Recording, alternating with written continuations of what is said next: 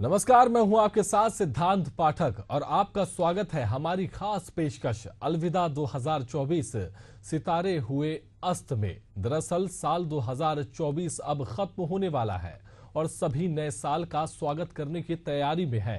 वैसे यह साल किसी के लिए अच्छा रहा तो किसी के लिए काफी मुश्किलों से भरा रहा। 2024 एक अपूरणीय क्षति का वर्ष साबित हुआ क्योंकि हमने राजनीति, खेल, मनोरंजन और व्यवसाय जैसे विविध क्षेत्रों के कई दिग्गजों को विदाई दी। उनके उल्लेखनीय योगदान ने एक अमिट छाप छोड़ी है और उनकी अनुपस्थिति की गहराई से महसूस किया जाएगा। तो आइए शुरू करते हैं अलविदा 2024 सितारे हुए अस्त।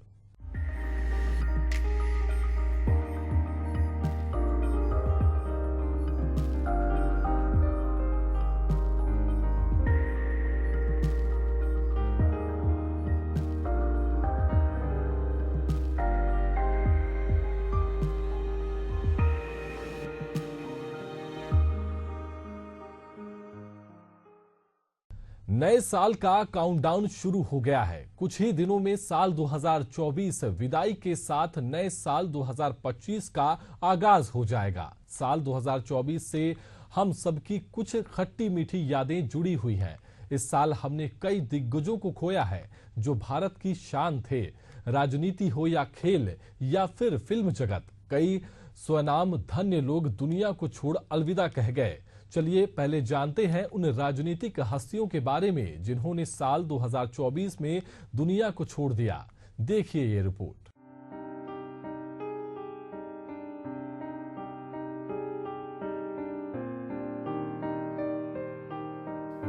साल 2023 को खत्म होने में बस कुछ ही दिन बाकी है। ऐसे में ये साल भी अन्य सालों की तरह जल्द ही बीत जाने वाला है। 2024 कुछ लोगों के लिए खुशियां लेकर आया तो कुछ के लिए गम। इस साल कई मशहूर सेलिब्रिटी ने दुनिया को अलविदा कह दिया। इनमें राजनीति से लेकर बॉलीवुड तक के सितारे शामिल हैं। पहले बात करते हैं राजनीति के उन चमकने वाले सितारों की जो अलविदा कहकर अस्त हो गए। देश के पूर्व प्रधानमंत्री डॉक्टर मनमोहन सिंह का 26 दिसंबर की शाम निधन हो गया। डॉक्टर मनमोहन सिंह भारत के पूर्व प्रधानमंत्री और जाने माने अर्थशास्त्री थे। उनका जन्म 26 सितंबर 1932 को अविभाजित भारत के पंजाब प्रांत में हुआ था। मनमोहन 1985 से 1987 तक योजना आयोग के प्रमुख रहे। उन्होंने संयुक्त राष्ट्र के साथ भी काम किया। वो आरबीआई के गवर्नर भी रहे। उन्होंने बैंकिंग क्षेत्र में कई सुधार किए। वित्त मंत्री के रूप में उन्होंने उदारीकरण, निजीकरण और वैश्वीकरण की नीतियों को लागू किया, जिससे भारतीय अर्थव्यवस्था को नई दिशा मिली। उन्हें कई प्रतिष्ठित पुरस्कारों से सम्मानित किया गया, जिसमें पद्म विभूषण भी शामिल है। 2 बार प्रधानमंत्री रहे मनमोहन सिंह का कार्यकाल भारतीय राजनीति और अर्थव्यवस्था में महत्वपूर्ण योगदान के लिए याद किया जाएगा। उन्होंने अपने कार्यकाल में कई ऐतिहासिक निर्णय लिए, जिनसे भारतीय समाज और अर्थव्यवस्था में स्थायी बदलाव आए। उनके कार्यकाल में शिक्षा का अधिकार कानून, सूचना का अधिकार, राष्ट्रीय खाद्य सुरक्षा कानून, भूमि अधिग्रहण कानून, वन अधिकार कानून और मनरेगा जैसे अधिनियम लागू हुए। देश भर में उनके योगदान को याद करते हुए उन्हें श्रद्धांजलि दी गई। पूर्व प्रधानमंत्री डॉक्टर मनमोहन सिंह जी के निधन ने हम सभी के हृदय को गहरी पीड़ा पहुंचाई है। उनका जाना एक राष्ट्र के रूप में भी हमारे लिए बहुत बड़ी क्षति है। विभाजन के उस दौर में बहुत कुछ खोकर भारत आना और यहां जीवन के हर क्षेत्र में उपलब्धियां हासिल करना ये सामान्य बात नहीं है। अभावों और संघर्षों से ऊपर उठकर कैसे ऊंचाइयों को हासिल किया जा सकता है, उनका जीवन ये सीख भावी पीढ़ी को देता रहेगा। एक नेक इंसान के रूप में, एक विद्वान अर्थशास्त्री के रूप में और रिफॉर्म्स के प्रति समर्पित लीडर के रूप में उन्हें हमेशा याद किया जाएगा। इसी तरह दिग्गज राजनेता और कम्युनिस्ट पार्टी ऑफ इंडिया मार्क्सवादी के महासचिव और लेफ्ट फ्रंट के प्रमुख नेता सीताराम येचुरी का 12 सितंबर को 72 साल की उम्र में निधन हो गया। वे 3 बार पार्टी के महासचिव रहे थे। येचुरी साल 1974 में स्टूडेंट्स फेडरेशन ऑफ इंडिया में शामिल हुए थे। साल 1975 में वो CPIM से जुड़े। राजनीति में पकड़ रखने वाले येचुरी 2005 में पश्चिम बंगाल से राज्यसभा के लिए चुनकर संसद पहुंचे। येचुरी को 2015 में CPIM का 5वां महासचिव बनाया गया। इसके बाद 2018 और 2022 में येचुरी को फिर महासचिव बनाया गया। वहीं बिहार की राजनीति के केंद्र कहे जाने वाले सुशील कुमार मोदी का निधन 13 मई को हुआ था। 5 दशकों तक का बिहार की राजनीति में अलग अलग भूमिका निभाने वाले सुशील कुमार मोदी बिहार के पूर्व उप मुख्यमंत्री भी रहे हैं। वो कैंसर से जूझ रहे थे। पूर्व उप मुख्यमंत्री JP आंदोलन की उपज माने जाते थे। सुशील कुमार 1990 में पटना केंद्रीय विधानसभा क्षेत्र से चुनाव जीतकर विधानसभा पहुंचे। इसके बाद 1995 और 2000 में भी वो इस सीट से चुनाव जीते। साल 2004 में वो भागलपुर लोकसभा क्षेत्र से चुनाव जीते थे। साल 2005 में उन्होंने सांसद पद से इस्तीफा दिया और विधान परिषद से निर्वाचित होकर उप मुख्यमंत्री बने। राजनीतिक तौर पे बिहार को बड़ी क्षति हुई है। उन्होंने जो काम किया है, चाहे सरकार में रहते हुए या विपक्ष की भूमिका जो है, बड़ी मजबूती के साथ उन्होंने निभाया है। और बीजेपी को अगर किसी ने बिहार में बनाया है तो सबसे बड़ी भूमिका जो है सुशील कुमार मोदी जी की है। बिहार में बीजेपी का मतलब ही सुशील कुमार मोदी थे। और हम लोग इस दुख की घड़ी में हम सब लोग जो है उनके परिजनों के प्रति, परिवार के प्रति हमारी पूरी संवेदना है। इस दुख के घड़ी में हम उन लोगों के साथ खड़े। लालू जी के साथ भी बहुत पुराना संबंध रहा है। सब लोग छात्र जीवन साथ पढ़े लिखे, साथ चुनाव लड़े। पिताजी अध्यक्ष बने तो ये सेक्रेटरी बने थे। तो सब लोगों का पहले से उठना बैठना, रिश्ता वगैरह तो घर जैसा ही वातावरण था। भले ही अलग पॉलिटिकल पार्टी हो, अलग अलग विचारधारा हो, लेकिन मिलना जुलना हम लोगों का लगातार हुआ करता था। साथ ही कांग्रेस के वरिष्ठ नेता एवं पूर्व केंद्रीय मंत्री EVKS एलंगोवन का 14 दिसंबर को चेन्नई के MIOT अस्पताल में आयु संबंधी बीमारियों के कारण निधन हो गया। वे 75 साल के थे। ईरोड पूर्वी विधानसभा क्षेत्र से विधायक रहे एलंगोवन का स्वास्थ्य पिछले 1 महीने से खराब था। उन्हें 11 नवंबर को यहाँ एक अस्पताल में भर्ती कराया गया था। एलंगोवन एक मुखर व्यक्तित्व थे। एलंगोवन प्रभावशाली पेरियार परिवार से थे, जो तमिलनाडु के सामाजिक राजनीतिक इतिहास में अपनी गहरी जड़ों के लिए जाने जाते हैं। वे EV के संपत के बेटे थे, जो एक प्रमुख द्रविड़ नेता और प्रतिष्ठित समाज सुधारक पेरियार EV रामासामी के भतीजे थे। जबकि हरियाणा के 5 बार मुख्यमंत्री रहे OP चौटाला का 20 दिसंबर को कार्डियक अरेस्ट से निधन हो गया। वे 89 साल के थे। एक बार सबसे कम समय में मुख्यमंत्री रहने वाले ओम प्रकाश चौटाला प्रदेश की राजनीति में कार्यकर्ताओं के बीच काफी लोकप्रिय रहे। हिसार और जिंद इलाकों से लगातार निर्वाचित होने वाले OP चौटाला पहले जैसे CM थे, जिन्हें जेल भी जाना पड़ा। वे लोकसभा चुनाव लड़ने के अलावा जिंद जिले की नरवाना विधानसभा सीट से विधायक बनकर मुख्यमंत्री भी बने। उन्होंने जिंद जिले की ऊचाना विधानसभा सीट से भी विधानसभा में प्रतिनिधित्व किया। उनके जेल जाने वाले मामले में खास बात ये भी है कि इसमें शिकायतकर्ता को भी उतनी ही सजा हुई जितनी पूर्व मुख्यमंत्री ओम प्रकाश चौटाला को। ओम प्रकाश चौटाला को रिश्वत लेन देन के मामले में सजा हुई थी। जो हमारे हरियाणा के पूर्व मुख्यमंत्री चौधरी ओम प्रकाश चौटाला जी का जो निधन है, मैं समझता हूँ कि पूरे हरियाणा को, पूरे देश को एक क्षति हुई है और उनका एक लंबा योगदान रहा। सार्वजनिक जीवन में एक लंबा संघर्ष रहा। तो इस अवसर पर ईश्वर से यही प्रार्थना करते हैं कि ईश्वर उनकी आत्मा को शांति दे और उनके परिवार व सभी उनसे लगाव रखने वाले सभी को हौसला दे, ये हम ईश्वर से प्रार्थना करते हैं और उनको सच्ची श्रद्धांजलि देते हैं। उधर पश्चिम बंगाल के पूर्व मुख्यमंत्री सीपीआईएम नेता बुद्धदेव भट्टाचार्य का 8 अगस्त 2024 को निधन हो गया। पूर्व सीएम बढ़ती उम्र से जुड़ी बीमारियों से पीड़ित थे।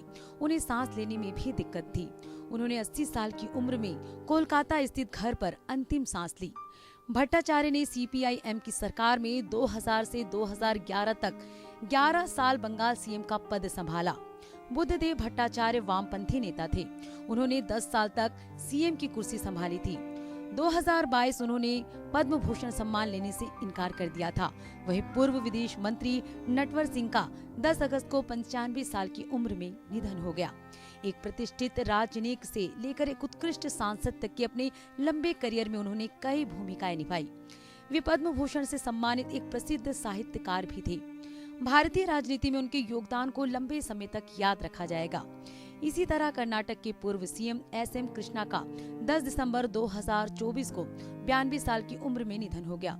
एसएम कृष्णा पिछले कुछ समय से बीमार थे। वे एक असाधारण नेता थे जिनकी प्रशंसा पक्ष और विपक्ष के सभी लोग करते थे। उन्हें कर्नाटक के मुख्यमंत्री के रूप में उनके कार्यकाल के लिए याद किया जाता है। खासकर बुनियादी ढांचे के विकास पर उनके ध्यान के लिए एसएम कृष्णा एक विपुल पाठक और विचारक भी थे। भारतीय राजनीति में उनके योगदान के लिए काफी लंबे समय तक उन्हें याद किया जाएगा। जबकि महाराष्ट्र में अजीत पवार गुट के एनसीपी नेता बाबा सिद्दीकी की 12 अक्टूबर को गोली मारकर हत्या कर दी गई थी। मुंबई के बांद्रा ईस्ट में उन पर घात लगाकर गोलीबारी की गई, जिसमें उनकी मौत हो गई। बाबा की मौत के मामले राजनीतिक रंग भी ले लिया था। इसको लेकर तत्कालीन शिंदे सरकार भी सवालों के घेरे में रही। बाबा सिद्दीकी 4 दशक से राजनीति में रहे। वो 16 साल की उम्र में ही कांग्रेस से जुड़ गए थे और 1999 से 2014 तक लगातार विधायक रहे। कुछ महीने पहले ही वो एनसीपी में आए थे। सियासत ही नहीं, बाबा की बॉलीवुड में भी अच्छी पकड़ थी। बाबा सिद्दीकी की इफ्तार पार्टी हमेशा चर्चा में रहती थी। Bureau report, Asian news. 2024 ने हमसे कई हस्तियों को छीन लिया। राजनीति से लेकर खेल के मैदान तक, मनोरंजन की दुनिया से लेकर बिलियनियर की दुनिया के कई लोग सिर्फ याद बनकर रह गए। इनमें भारत के बड़े उद्योगपति रतन टाटा और महान तबला वादक उस्ताद जाकिर हुसैन, बिहार की स्वर कोकिला शारदा सिन्हा से लेकर और भी हस्तियां शामिल हैं। जैसे बड़े नाम शामिल हैं। इन हस्तियों ने अपने क्षेत्र में बेहतरीन योगदान दिया और अपनी छाप छोड़ी। देखिए ये रिपोर्ट।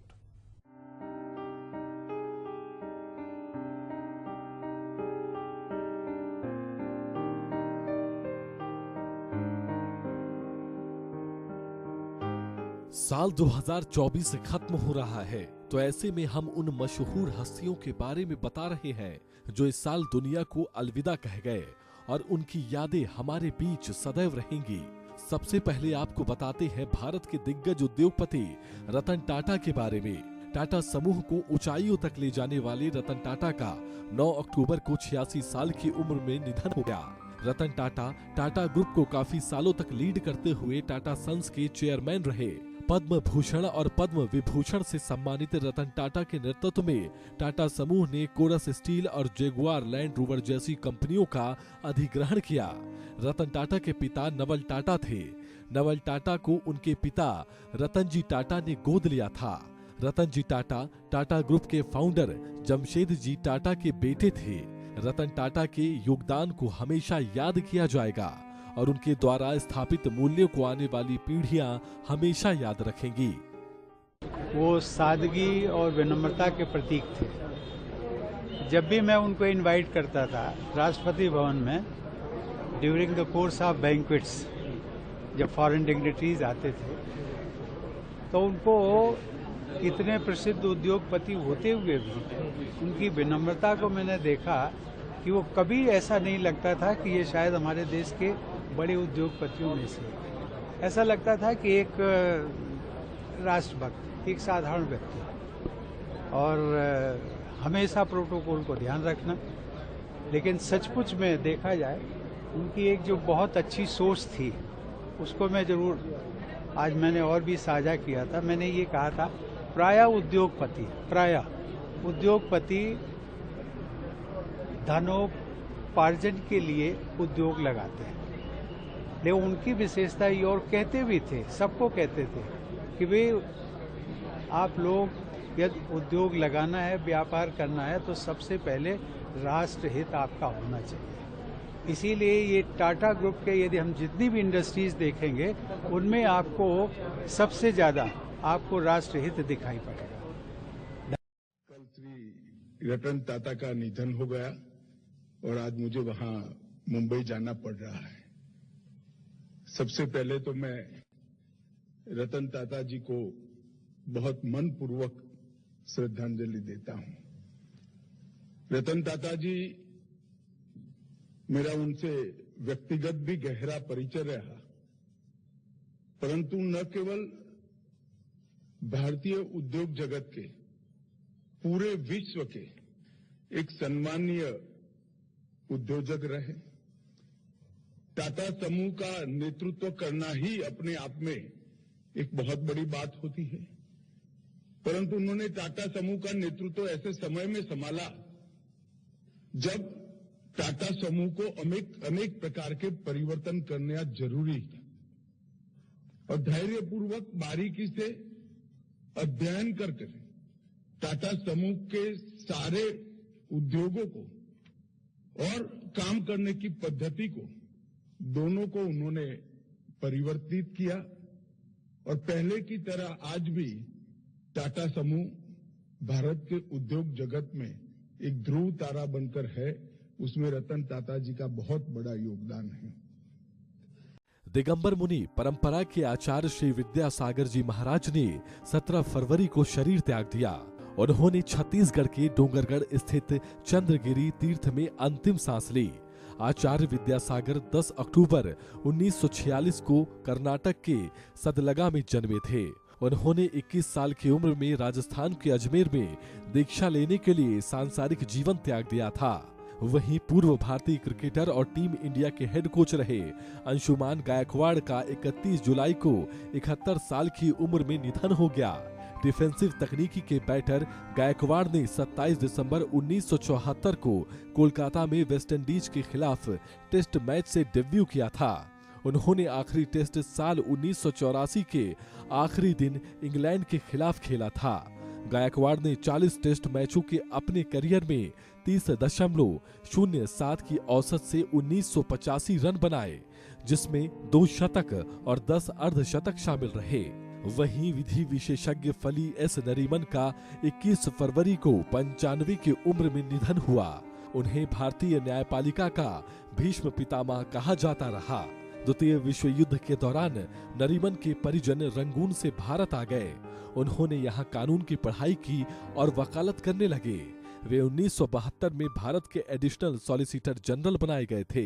26 जून 1975 को जब तत्कालीन पीएम इंदिरा गांधी ने आपातकाल लागू किया तो फली ने इसके विरोध में अपने पद से इस्तीफा दे दिया था। फली सैम नरीमन ने 1950 में बॉम्बे हाई कोर्ट में वकालत की शुरुआत की। कला और संगीत के क्षेत्र की बात करें तो प्रसिद्ध गायक और पद्म भूषण से सम्मानित उस्ताद राशिद खान का 9 जनवरी को 95 साल की उम्र में निधन हुआ। साल 1968 में जन्मे राशिद खान की शुरुआती तालीम अपने नाना निसार हुसैन खान से मिली थी। उनके मामा गुलाम मुस्तफा खान ने उनकी प्रतिभा को पहचाना और बाद में उन्हें ट्रेनिंग देकर निखारा। 11 साल की उम्र में पहली मंचीय प्रस्तुति देकर राशिद खान ने सबको चौंका दिया था। वो रामपुर सहसवान घराने के गायक थे। 14 साल की उम्र में उन्होंने कोलकाता के ITC संगीत रिसर्च एकेडमी को ज्वाइन किया था।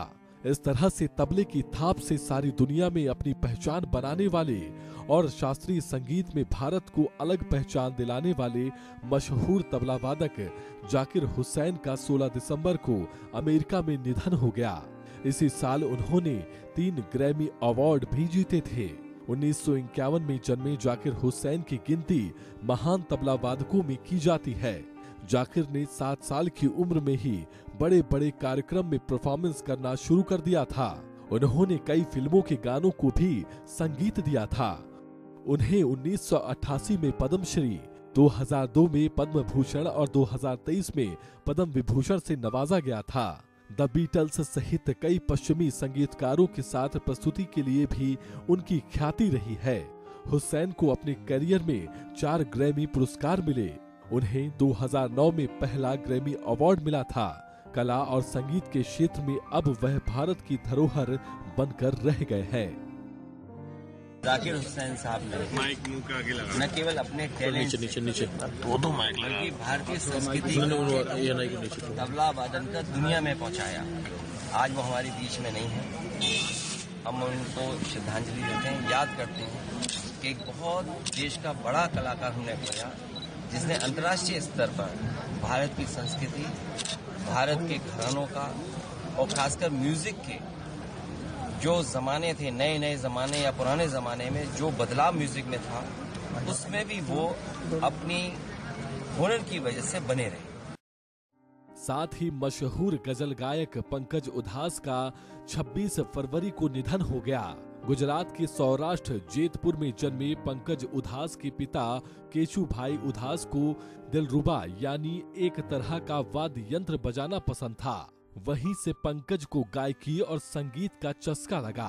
पंकज के दोनों भाई मनहर और निर्मल गायकी की दुनिया में चले आए। मनहर उधास तो मुंबई पहुंचकर संघर्ष करने लगे।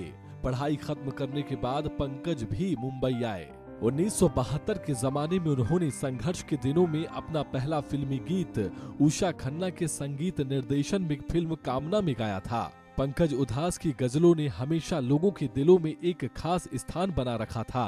पंकज उधास ने 6 साल की उम्र से ही गाना शुरू कर दिया था। चिट्ठी आई है, चांदी जैसा रंग है तेरा, सोने जैसे बाल जैसे हिट गानों ने उन्हें सबके दिलों पर राज कराया।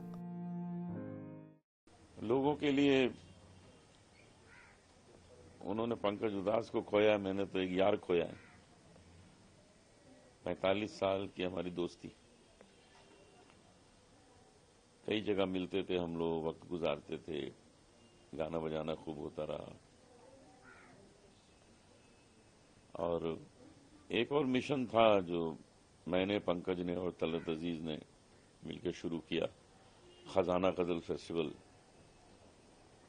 हमने सोचा था कि नए कलाकारों को हम पेश करें और हर साल हम कुछ नए उभरते हुए गजल गायकों को पेश करते रहे।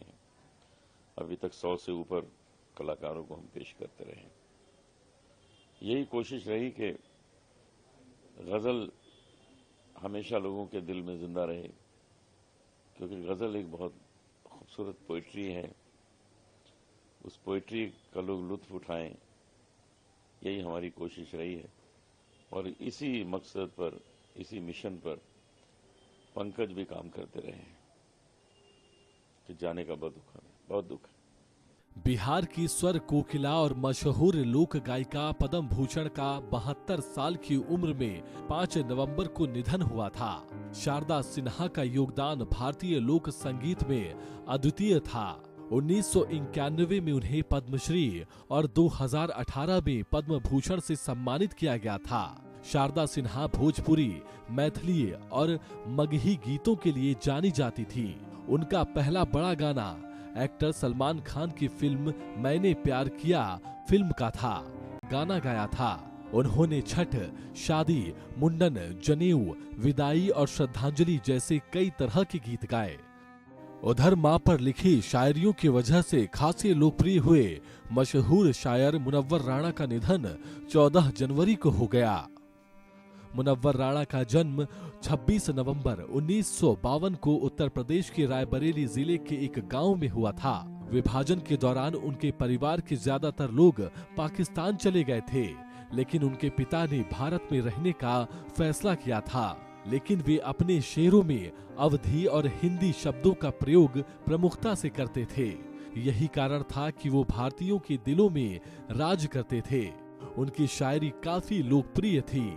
फिल्म इंडस्ट्री की बात करें तो फिल्म निर्माता और निर्देशक श्याम बेनेगल का 23 दिसंबर को निधन हो गया। 14 दिसंबर 1934 को हैदराबाद में जन्मे बेनेगल ने अर्थशास्त्र की पढ़ाई करने के बाद फोटोग्राफी शुरू की। बॉलीवुड में उन्हें आर्ट सिनेमा का जनक भी माना जाता है। श्याम बेनेगल ने Zubeidaa, the making of the Mahatma, Netaji Subhash Chandra Bose, the forgotten hero, Mandi, Aarohan, welcome to Sajjanpur जैसी दर्जनों बेहतरीन फिल्मों को डायरेक्ट किया। श्याम ने 24 फिल्में, 45 डॉक्यूमेंट्री और 15 एड फिल्म बनाई है। Bureau report, Asian news. आज की पेशकश में इतना ही। अगली बार आपसे फिर होगी मुलाकात। तब तक के लिए नमस्कार। देखते रहिए एशियन न्यूज।